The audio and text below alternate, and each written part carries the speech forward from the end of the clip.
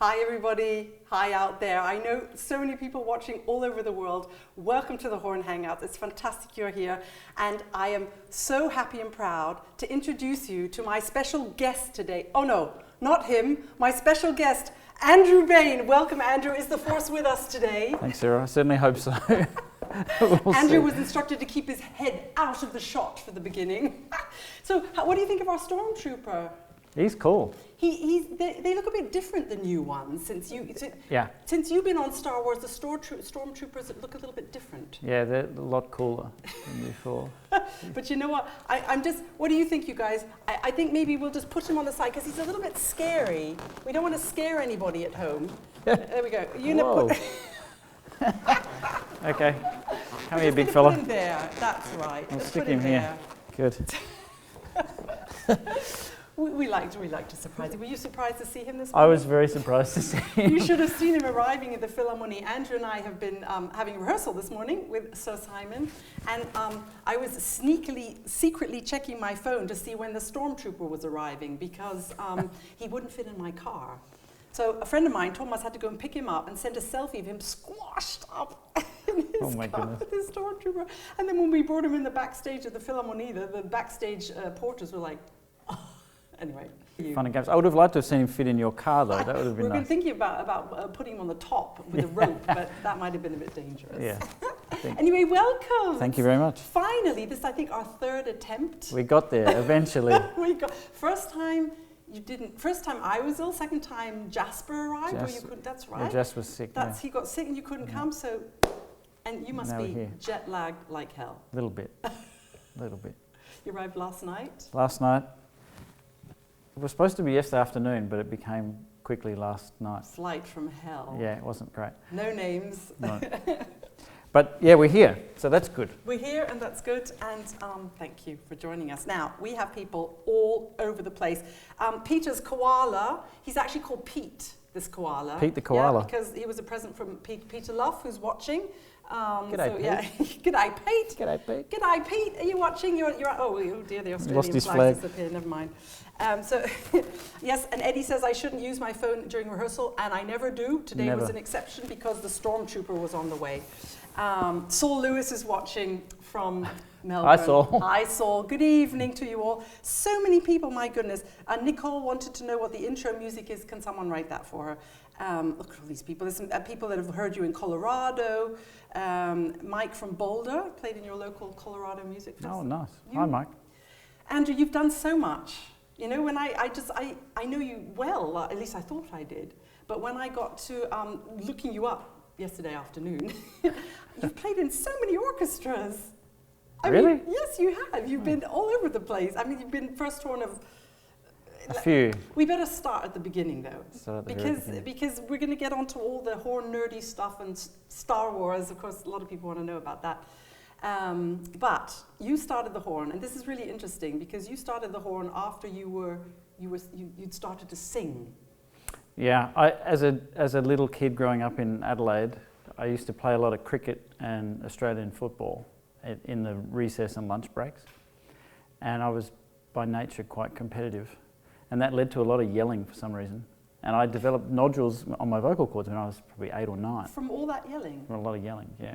So my parents decided to take me to a doctor, and the doctor said, you need to fix this. You know, you've got like 6 months to get these nodules sorted out, otherwise we're going to have to operate. And of course, the idea of operating on your vocal cords is not so great, even for a little kid. So my parents took me to a singing teacher, and she taught me to sing out, not shout. That sounds like a little rule for a kindergarten class. Yeah. Sing out, don't shout. Yeah. So I learnt singing and learnt how to project my voice and use the techniques that are involved in singing, and that progressed. I was studying piano at the same time as well, and that was sort of the beginning of my musical journey. But I'm very, very, very grateful to Mrs. Kay for her wonderful teaching, and I learned a lot at that time. So when you started the horn, how did all this help, all this singing out, not shouting? Your principal horn, you have to shout sometimes. Well, yeah. But it's the interesting thing, I think she helped me a lot with understanding how to breathe, even at that age, how to breathe and how to support, and then And just to understand that the air is the same with singing as with horn. The air is a thing that supports the sound, and to actually go past this area, not rely on your vocal cords to sing. And it's the same with horn playing. If you can get the air into the horn without sort of blocking it up and restricting it here.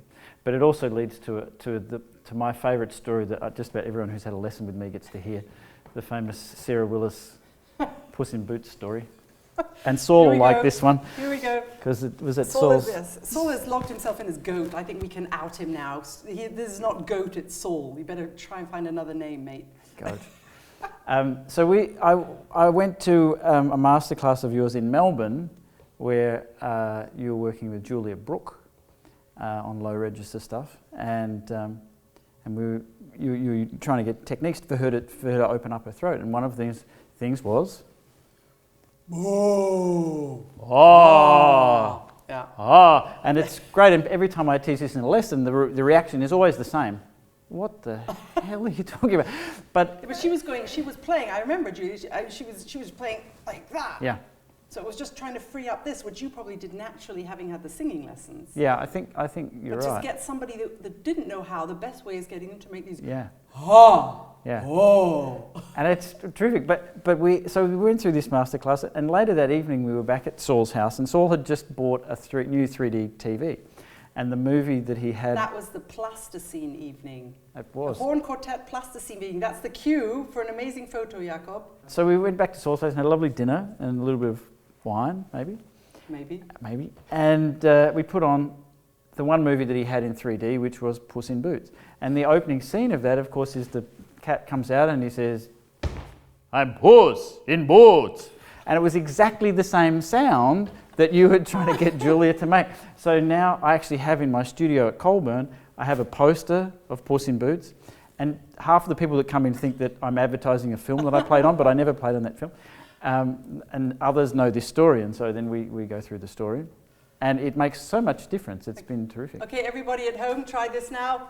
Puss in Boots. Yeah, does it work? It does. Feel how beautifully open your throat is when you say that. So there we go. That's Andrew Bain's tip of the day. Well, the first tip of the day. And of course, my tip of the day is stolen from someone else. So that well, I didn't think it was amazing. We were all sitting on that couch, and all of a sudden, Puss in Boots comes out and said that, and we were like, "That's it. That is it." So I hope you saw the Plasticine photo. That Plasticine. It was a very nice evening, and Jenna Breen was with us, and she decided she made Andrew first. She made you with the orange hair. And then she made me. I look like the most jowly, ugly thing ever. Then she made Saul, and then she made herself. So that was a very nice quartet. And I actually have that photo in my horn case, because it reminds me of a really lovely evening. It was. So you took up the horn aged, 12? 12, yeah. 12. And loved it straight away, decided you could be a horn player. But you had actually done a lot of sports, hadn't you? And you grew up with a mum who was a competitive sports woman, basketball. Yeah, my mum played basketball for Australia and lacrosse. And I have 3 brothers, and we all grew up playing a whole variety of sports. And you can imagine that in the backyard at home it was a lot of competition and the general carry-on that 4 boys do when they're all under the age of about 12. There are a lot of similarities I find between having a sporting background and music. The discipline is the same.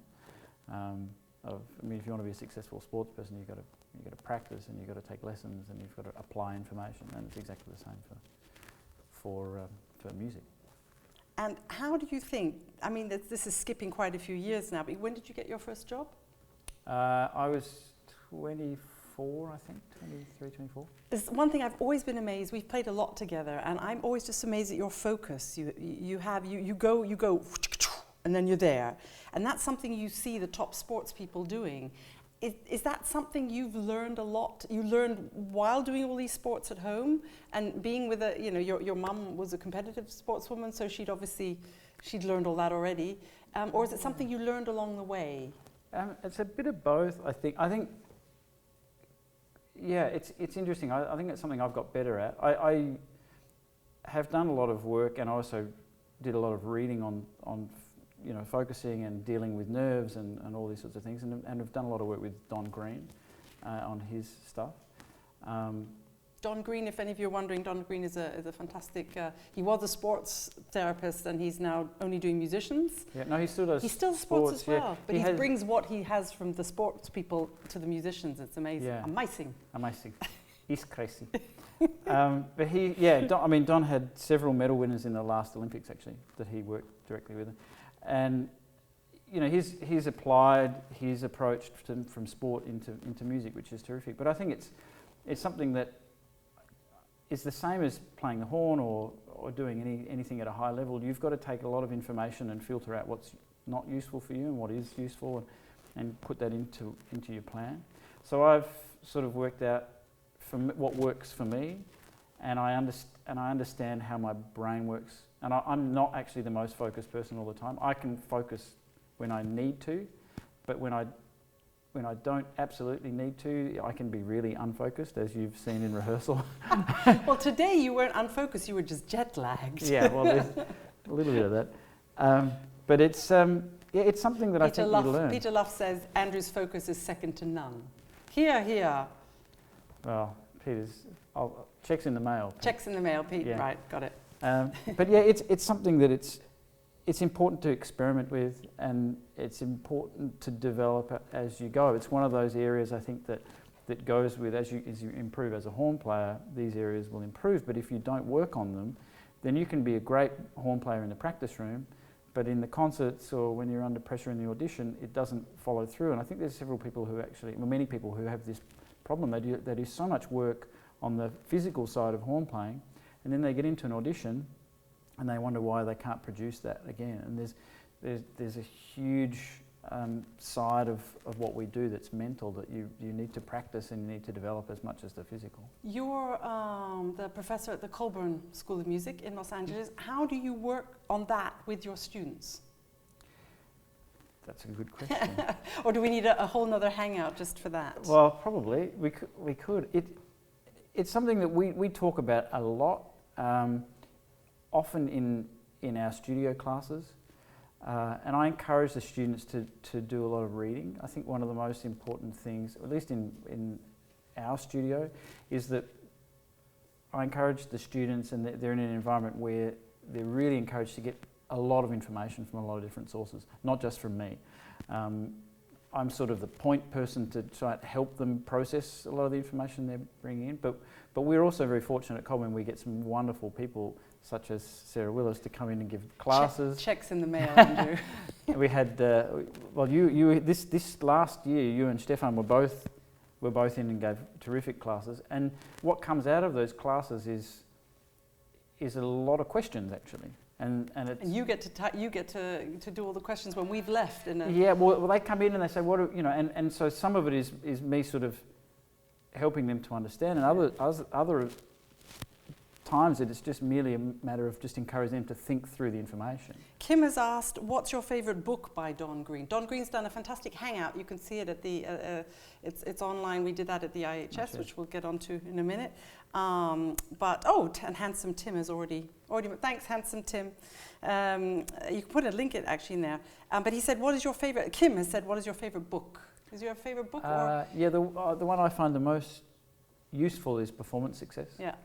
Me too. That gives you structure, and the nice thing about that is it's written in segments, and you can jump to the segments that are relative to you. The important thing with Don's stuff is that you do take the performance skills test, so that you actually find out what you're strong at and what you're not at. I find it's something like you say, it's like sport, at least for me. You know you got to do it, and you don't always feel like it. Well, I actually rarely feel like it, but you know you've got to do it. And it's the same with this mental training stuff.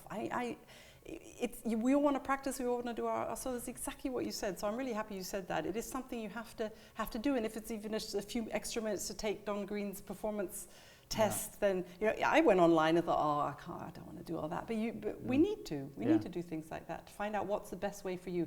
His way is not necessarily best for everyone. There's all sorts of fantastic people, Dinka Vlatkovic, or all sorts of people out there. Yeah, there are a lot of people, and I think when I first, I hope Don doesn't see this, when I first read Don's stuff, I was actually living in Germany, and I thought, someone put me onto it, and I thought, it's this American, hyped up thing of like, it's this mythical thing of mental rehearsal and all this sort of stuff. And I read it, and the further that I read into it, I realized that actually with a lot of mental training stuff, there are a lot of skills that you can learn, but if you find something that works for you, then that's more valuable than whether it's actually 100% spot on or not. You've got to sort of experiment with what things can help you in your performance. Yeah. And that's our job as teachers, to give as much stuff as we can out there, and so that the students can decide what's best for you. Your students love you. And I'm going to now we're going to run a film for you that they've made for you. These are your students, and they love you. Ready?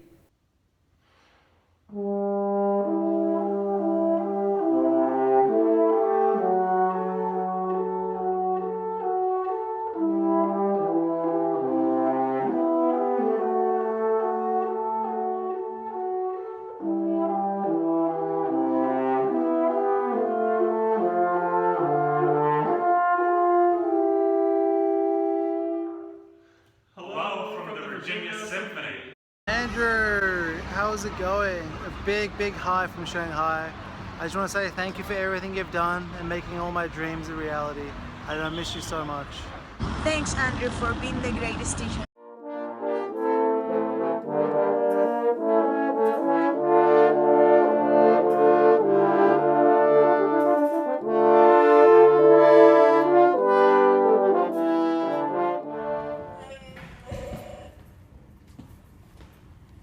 Mate. Hey, Andrew. Alex and I are in Chicago right now. Hope you have a great day. We miss you, and may the force be with you.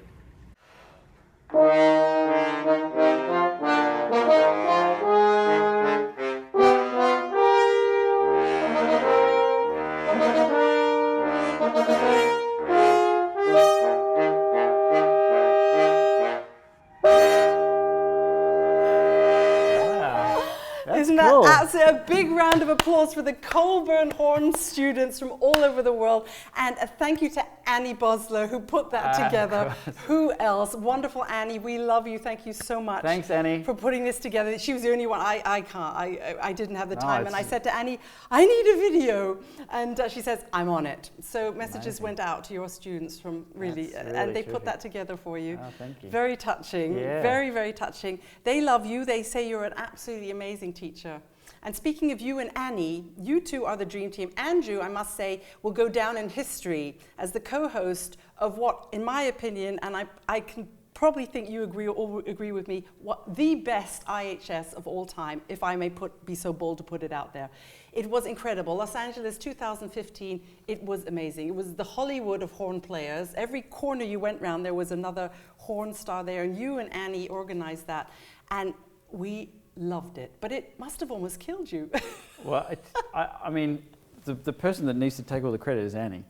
Annie did, it was 3 years of work, and she organised every detail.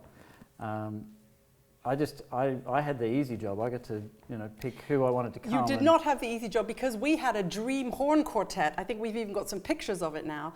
You had to play the Schumann Concertstück and play first horn in the orchestra and play Till Eulenspiegel and what was it, Heldenleben and all sorts of other stuff. You can't remember. It was a black. That's right, all week. But we had a wonderful horn quartet with Stefan Dorr, yourself, Tim Jones, and I tagged along the end and wore the pretty dress. I thought, well, if no one can hear me there, I can at least wear a nice dress. we needed a rose amongst the thorns. And there's some great pictures. Jakob, you got them? Fantastic ones in there.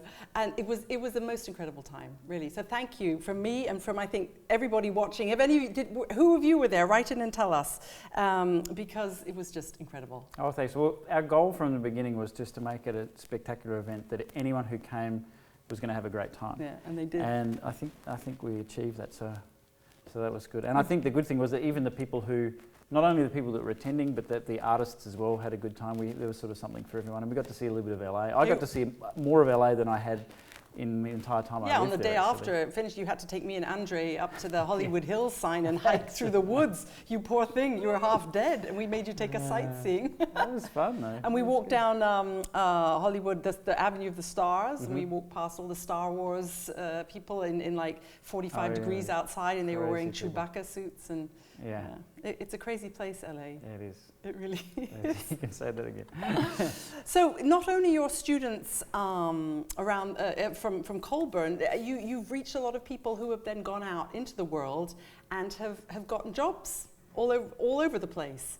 And I'm just going to do this now because I don't want to forget to do it. I think we have a second video, if I may, before we get on to the really nitty-gritty of the photos. We have a second video of you and some of your students and your friends from around the world.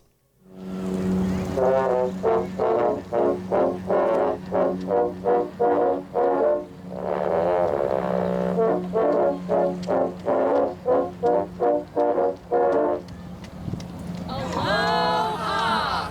Mahalo for inspiring us all the way over here in Hawaii. We hope you come visit us soon. Hi, Andrew. Greetings from Kassel, Germany. Thank you so much for being such an amazing teacher and mentor. You are such an inspiration to us as a person and as a horn player. You've always encouraged us to be the best that we can and led by example with such an amazing work ethic. And of course, we will always remember the good old times at the Sydney Con. And beers at the Paragon. Hey Andrew, G'day from Melbourne. we just wanted to say thank you so much for your time and effort over the past several years. Really looking forward to seeing you when you're back here and hopefully maybe chucking a snag on the barbie. Cheers.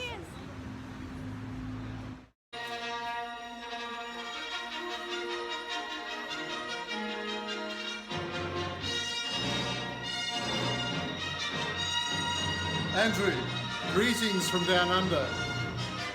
From your friends, the Queensland Symphony Orchestra. And the Melbourne Symphony Orchestra. And it's because of you that we are where we are today. So we'd like to present you with this wonderful award. Zah, bring the award. This is the We Love You Andrew Award for 2017. And in the field of one, you came second. All the best, my friend. That is not the horn we were looking for. Oh my.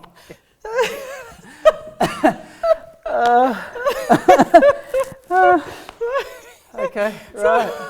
So there's no way we can top that now. Yeah. I've been bursting to show you these, and I had to get that out right at the beginning of the hangout.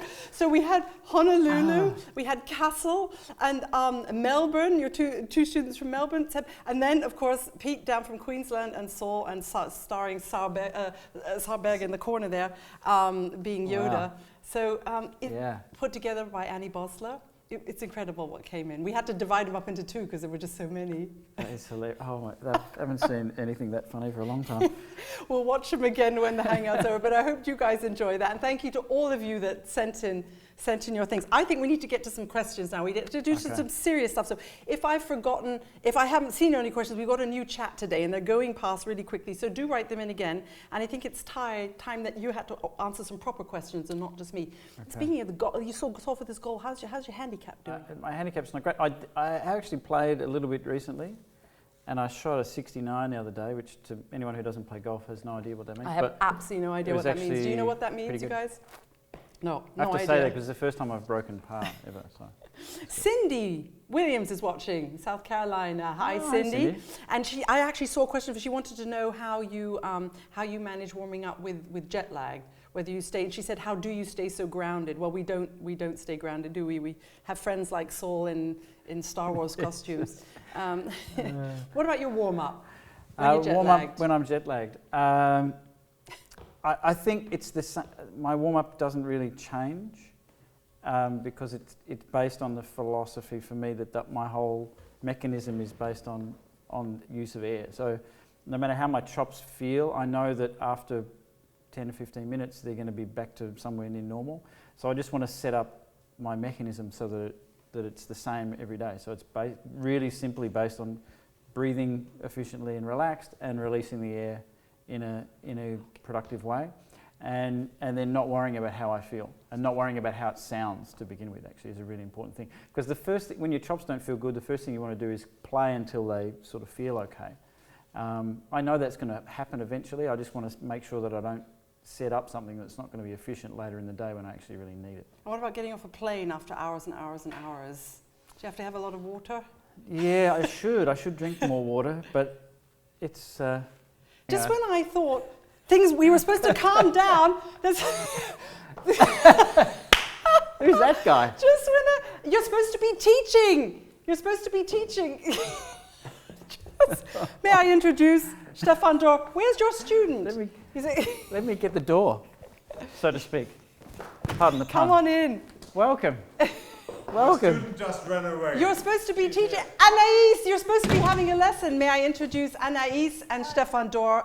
Welcome. Actually, we were working and she ran away because she didn't want to do any more orchestra excerpts with me because I hit her. You hit her? Well, we're going to send that guy in to come and look after you. Yes, not Andrew, Mr. Stormtrooper. We were just saying, can you get any audio on this, you guys? Because I might, if I stand really close to Stefan. I can also do like this. Does that help? New shoes? Tell us, Stefan, wasn't it amazing at IHS 2015? It absolutely was amazing, and it's better to speak like this because I always have sort of sexual harassment things. Yes, it was absolutely fantastic, and thank you, Andrew, for making this work at this time. And I hope we can host an IHS event in Berlin. Sarah, you will organize. I knew he was going to say that. I'm sure Anais is going to be a helpful hand in that. Right, okay, you've heard it from the horse's mouth, IHS in Berlin, and Stefan's organizing. Right, okay, we're off. Thank you for stopping by. Yeah, well, thank we you. have to go for some go and play some excerpts. Some more hitting. Oh my God. Oh God. It's crazy here today. Okay. Andrew, it's just crazy. Oh my goodness. Yes, everyone, this hangout is crazy. Better Call Saul says. It really is crazy. We are going to now get on to the serious things, but it's lovely that Stefan stopped by. Yes. He doesn't usually hit his students. I just have to say, the door. Let me get the door. That was very clever, by the way. Did you think of that before you said it? It was very Maybe. clever. Oh, you guys saw him behind us the whole time. I didn't see him. Everyone in the chat saw him running around behind us, but I didn't. Okay, no, right.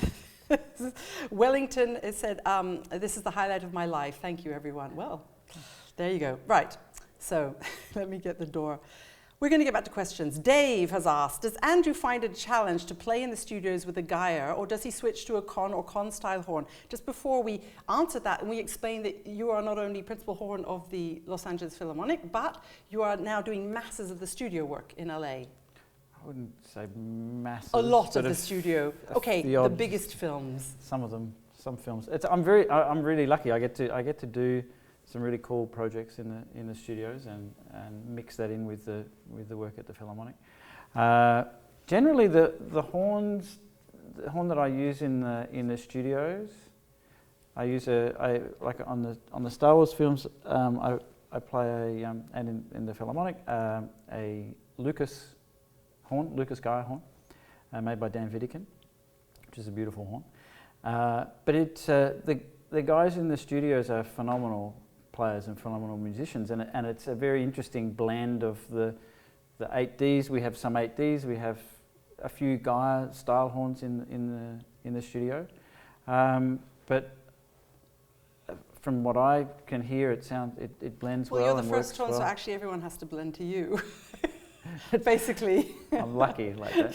Yeah. They all have to blend to you. Tracy wants to know what it's like playing under Dudamel. So we'll jump in and out of all of your various jobs. We've done the students, and we'll get on to Dudamel, and tell me what it's like playing under Gustavo. We already quoted him, didn't we? He's crazy. Crazy. He's crazy. Amazing.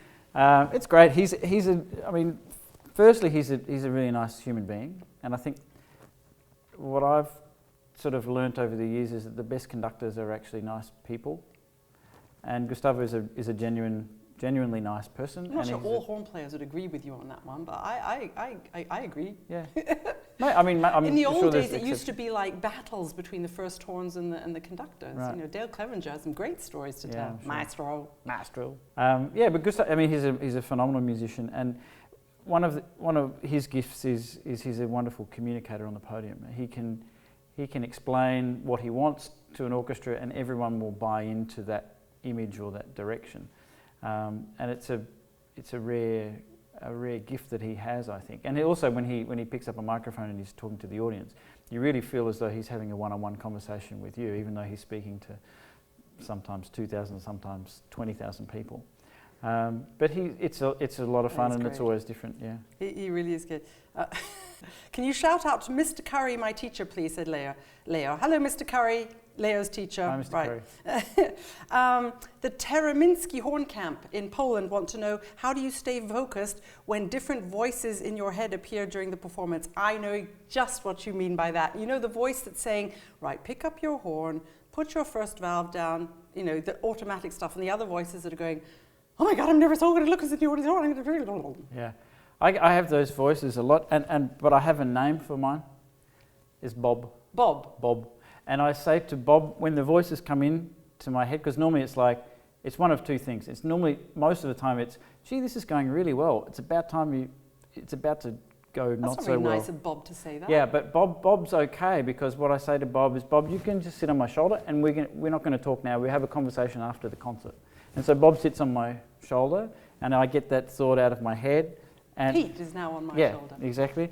And that enables me to get back to work. But it's an important thing, and this is I learnt this through what Don Green talks about. It's something that works for me very well. It's important that you don't have a backwards and forwards conversation with that voice, which can happen. You just tell them. You just say, okay, thanks for your input. You're going to sit here, and I'll talk to you later on. I've got work to do. That's great. Yeah. Well, I want to. Maybe I should name. I don't know if I want to call mine Bob, but Bob. I don't know what Bob's quick to say. I don't know. There's so many people writing ha ha ha. This is hysterical. I can't really. I can't find the good questions. There are masses of good questions. Just a lot of laughing. That's everyone is. It's the best. Dan Vidican is watching. Definitely hi, Dan. The best. Hi, Dan. Tracy watched the Hollywood Horn Hangout video. That was a good one with Jim Thatcher and bless him. Brian O'Connor. Yeah. I was really happy we got that. We got that on because he spoke also so well. He was fine actually. Yeah. So it went so quickly. Anyway, James Rem said, "Is there still the Los Angeles Horn Club, like the group who made the famous Angel recording years ago?" Not as such, but it is something that after IHS in LA, we basically had an evening. It was sort of like a reviving when of everyone that came club. down. Yeah, that was incredible. And we hired the Los Angeles Theatre in downtown and had a wonderful evening. We had a little meet and greet, or a meeting at my place, party, barbecue, whatever you want to call it, a few months ago with a bunch of horn players. What did Seb say? A snag on the barbecue. What's a snag? Snag is a sausage. Oh, so yeah. So we didn't. So it was like a stag on the barbecue. Did you throw a stag on the barbecue? Oh, you could. But yeah, it's definitely something that Annie and I have talked about, and it would be great to revive something like that in Los Angeles. There are so many wonderful horn players and great people. Anyone can do it. Annie there. Bosler can. Yeah. Yeah. Cindy asks, when doing studio work and LA Phil at the same time, what's a typical day like? I mean, do you have to prep for the next crazy day of crazy hours? Do you have to recover? That's a lot of playing, you know. You go into the studios, and if something's on like John Williams. Yeah, it's this. Sometimes the scary thing with the studios is you rarely know what's coming. With John Williams, we get the music a few days before, so you can look and see what you're in for. But normally with John stuff, it's going to be heavy going, particularly with the Star Wars things. I was just in London and heard the LSO do an hour for a kids concert, an hour of the famous hits, everything, Star Wars, Superman, all of it, Raiders of the Lost Ark. And Tim Jones, it was just, Tim wasn't playing, it was the rest of the section, it was, they just said it was the most ridiculous thing they've ever played, it was painful. Tim said the last time he'd done one, he needed like a week to recover from it. Yeah, right. Yeah, we do, at the Hollywood Bowl, LA Phil does a John Williams evening every year, and it's like that. It's fantastic and it's a lot of fun, but it's hard work. But yeah, the normal studio schedule, you'll turn up to the studio and you may or may not get. It might be incredibly difficult. It might be really, really straightforward, and everything in between. I did a session last week that I had no idea what the movie was, and went in and this looks okay. And there are a couple of cues that were 2 pages of music just sitting in the middle upper register on your face, and you just have to find a way of getting around it. But one of the important things I think as part of having a routine, of a warm-up routine, is making sure you warm down. Yeah. And that helps in your recovery for the next day. The other good, useful thing to have on hand is Advil. Advil? Yeah. Advil is American aspirin. Advil is aspirin, yeah. Just to keep the swelling at bay. For the next day. For the next day. Do you find that happens a lot? That I guess I don't play enough as a low horn, or I don't press enough. Yeah, not a lot, but occasionally, like if I'm doing something huge in the studios. The danger in the studios is you don't have a choice how to pace it. In the orchestra you can in rehearsal you can pace things, but when the red light's on and they want to take, you have to be there. So, and they can often ask for 3 or 4 over and over and over, and you never know when it's going to come. You can't say sorry, my lip hurts. Yeah, and you can't say I'm sorry. We've just been sitting around playing nothing for 2 hours, and now you want us to play top Bs 45 times. Wow. It's just how it works. So. It's just handy to sort of have those things, drinking plenty of water, but a little bit of Advil in the day never hurts. Paul from North Carolina says, enjoying the interview immensely. Is there a recording of the Schumann during the LAIHS? I don't think so, sadly. That's a shame. Maybe, but not for public consumption. If you watch a couple of the Hangouts from there, the theme music, we go da da da da da da da da. That was us. That's the only thing I can remember that we played. Tracy asked, what do you like best about studio playing? Oh, and Alex Love is watching. Hi, Alex. Hi, Alex. Best about studio playing, when you do something cool, if there's a nice solo, or if there's a nice horn section thing, just knowing that that's going to be heard by a lot of people, and that it's going to enhance. Understatement of the year, says the guy who played the solos on Star Wars. But that it's going to enhance a movie. I think that's one of the great things about John Williams as a composer. He has an incredible ability to enhance what's going on. There's the a nice screen. picture of you and him on your Facebook page, isn't it? Yeah. I think, yes, it is.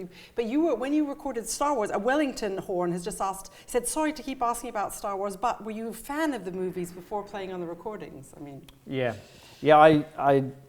I certainly was. I watched them as a kid, and it actually was one of the, John Williams' music is one of the reasons I sort of stayed playing the horn. It's just all the best stuff in film is his stuff for horn. And I actually met him when I first joined the Philharmonic. He's actually quite good friends with Gustavo.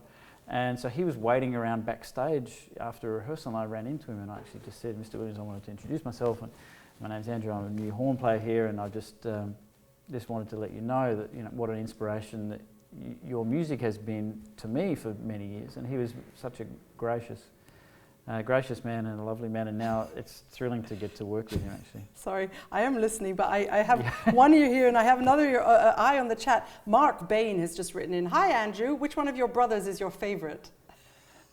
The one that's listening at the moment, which is Mark, to be, because the other two won't. You're our favourite at the moment, right? Thank you for writing in. Mattia Bussi asks, how many takes in a soundtrack recording? You never know, right? Yeah, it can vary. There are some takes where they'll do it one take. Normally they'll do 2, just in case something's not quite right. But I can tell you a story about the final scene from Star Wars: Force Awakens. We recorded that scene quite early in the process, and then John actually changed the orchestration underneath the horn solo, and actually, well, not underneath the horn solo, because it's just a horn solo, but leading into that. So it came later in the process. It came back on, and I saw it on the stand. And I was like, we have to do this again. And John actually called me into the studio, and he said, Andrew, don't worry, it's okay. We've got it. We've got the horn solo. We're just fixing the in and out. So, but we probably recorded the first one maybe half a dozen times, and this time for some reason he was just tweaking what was going on in the strings, and I must have played that solo about a dozen times. Every time perfect, of course, Sarah. Of course, Andrew. But yes, so you never really know. You never really know. You never really know. Yeah. Leo wants to know how you get into studio playing. Were you just asked, or does it go with being principal horn of the LA Philharmonic? I think in that case, I think it may have been the fact that I had that job and Because you're a of the new boy in contractors. town, and I know Yeah. in London it's a total club. You know, they're the same people that do it every time, and they don't really. Nobody likes new people really coming in for that. You were the new boy in town. Yeah, and I think I probably jumped the queue definitely by the nature of the fact that I had the job in the Philharmonic. But yeah, it's a process where there are many really wonderful horn players in LA, and you know, people will go through the process of they'll work as a freelancer for sort of demos and sort of smaller stuff, and gradually work their way into the. Rebecca just asked, how does a things. young player break into the West Coast recording scene? I guess that's a really tough thing.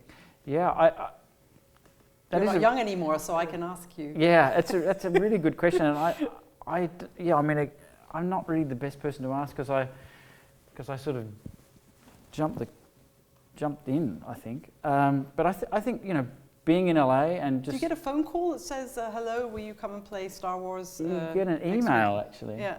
Yeah, get an email and they say, these dates and what would, And you know what piece it is. You're not booked just for a studio, but you know. No, you're by the composer and then the title. Okay. But when Star Wars first came out, it was under a different name.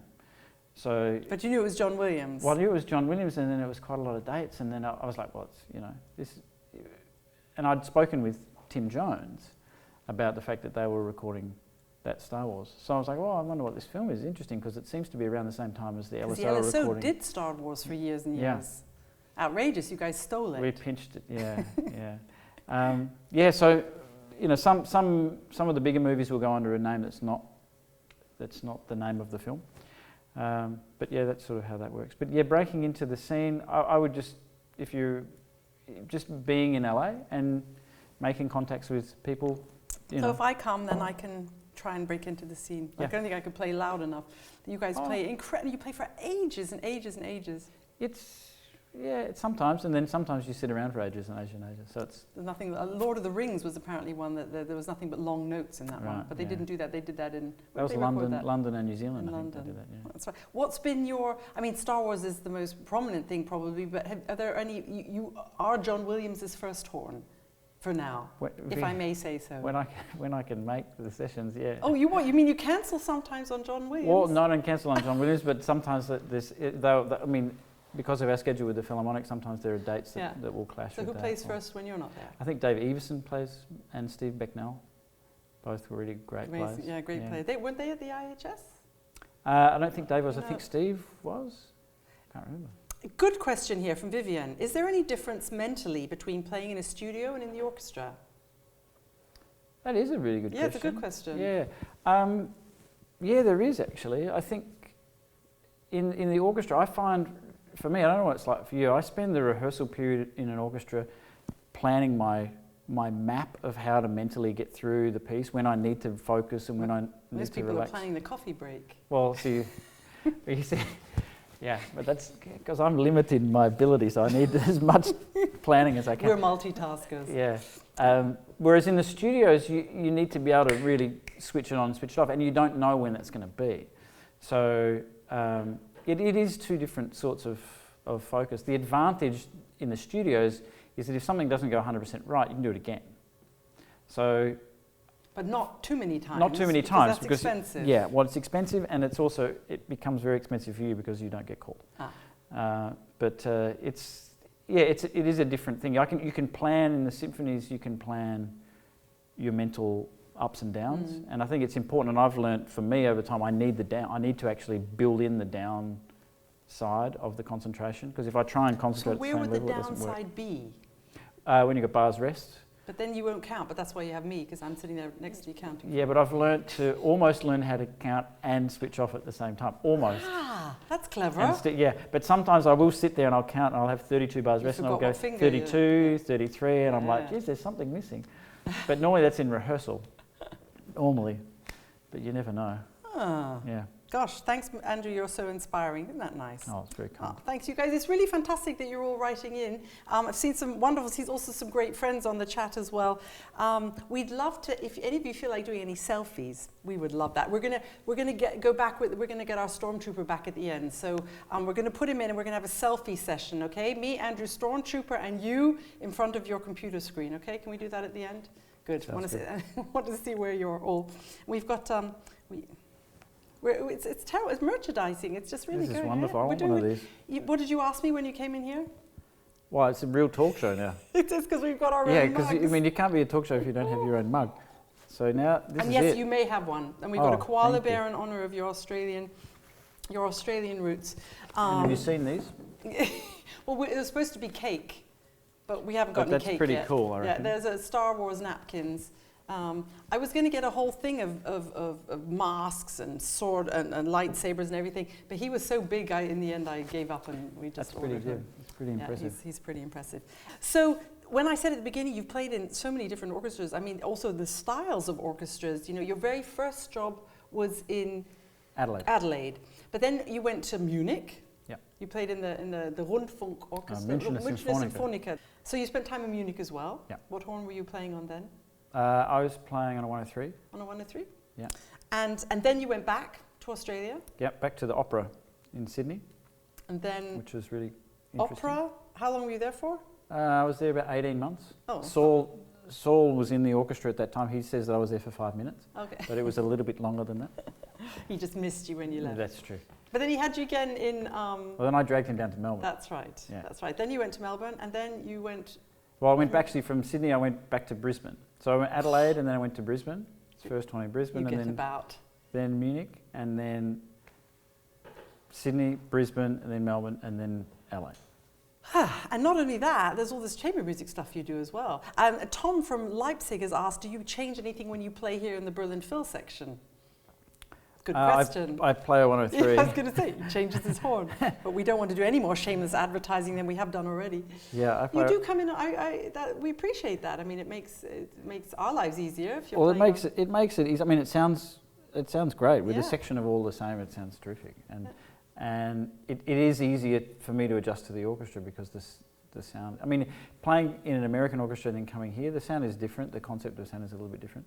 I think one of the advantages of being Australian and us not really having a tradition of German or American or English style, it's a bit of a mixed pot.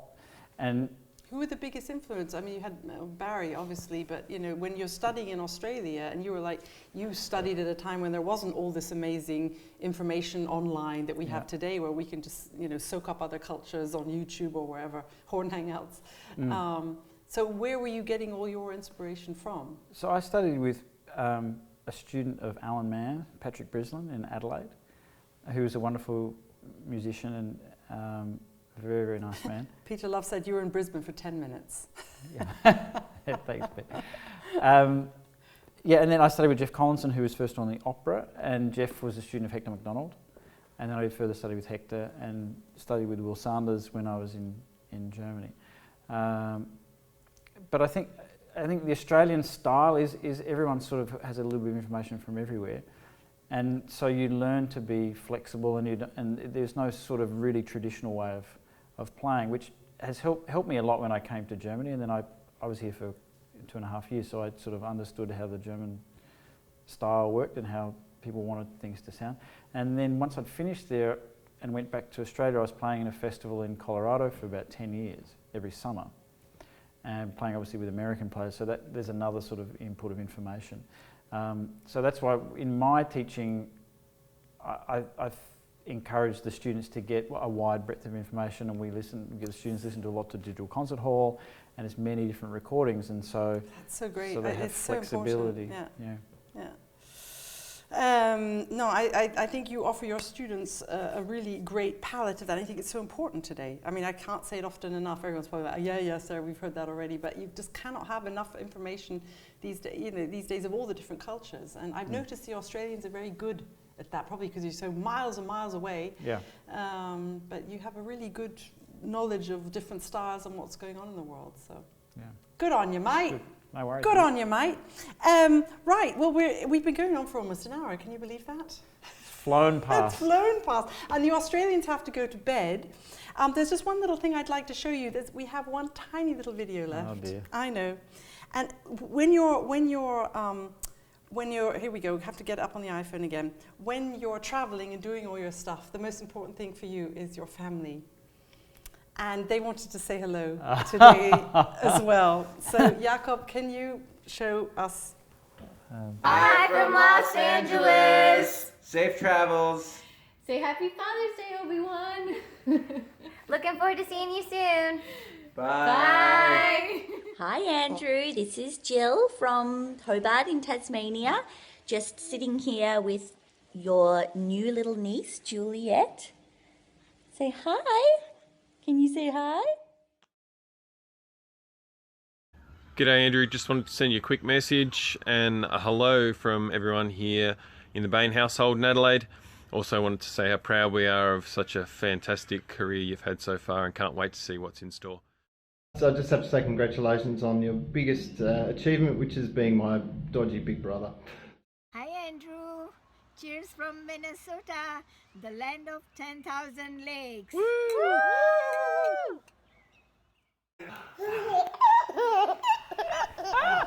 Oh, that's cute. I was in floods of tears when I saw that. I was so touched that Annie had put all that together, and we thought we'd keep that a little extra. You have an amazing family. Yeah. And oh no, don't you start. But it's so lovely. We wanted to surprise you and say thank you so much for coming on the Horn Hangouts. And there's so many people out there who just love you, and you're just such a gift for our Horn world. Oh, great. Well, not as much a gift as you are, Sarah. If it wasn't for you, we wouldn't have all of this stuff to be able to celebrate. So Checks in the thank mail. you. Thank you so much. Thank you to all of you for watching. I think we're going to get a selfie organized. I can see George behind the camera going, oh no, what am I going to do? So we're going to get our friend back in here. I say thank you very much for watching. Any messages you have for Andrew, write them in the chat. He'll get a copy of the chat. Thanks for joining in. Get your selfie cameras ready now. Okay, which one are we looking in? This one. Okay, are we ready? So, everyone, we're going to smile for you, and you're all standing in front of the screens with your selfie cameras. The crazier the better. No rude ones, though. Yeah, it's late at night in Australia. You just never know. Peter, behave yourself. Yep, salt, baby yourselves. Ready. 1, 2, 3, cheese. What a way to finish. Bye-bye. Nice to see you, Andrew. Thank you so much. Thank you. Bye, guys. See you next time. Have a great summer.